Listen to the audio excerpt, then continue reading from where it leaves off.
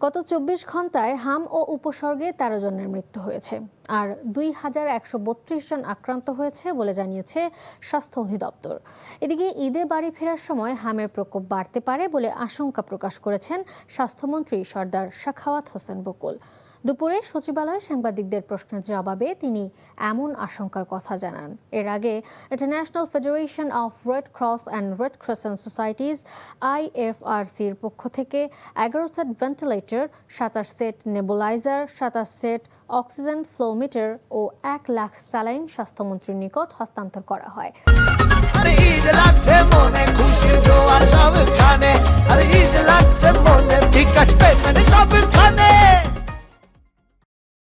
এক কোটি ৮০ লাখ শিশুকে হামের টিকা প্রদানের সরকারের যে লক্ষ্যমাত্রা ছিল তার বিপরীতে ১,৮৪ লাখ শিশুকে টিকা দেয়া হয়েছে বলে জানান মন্ত্রী।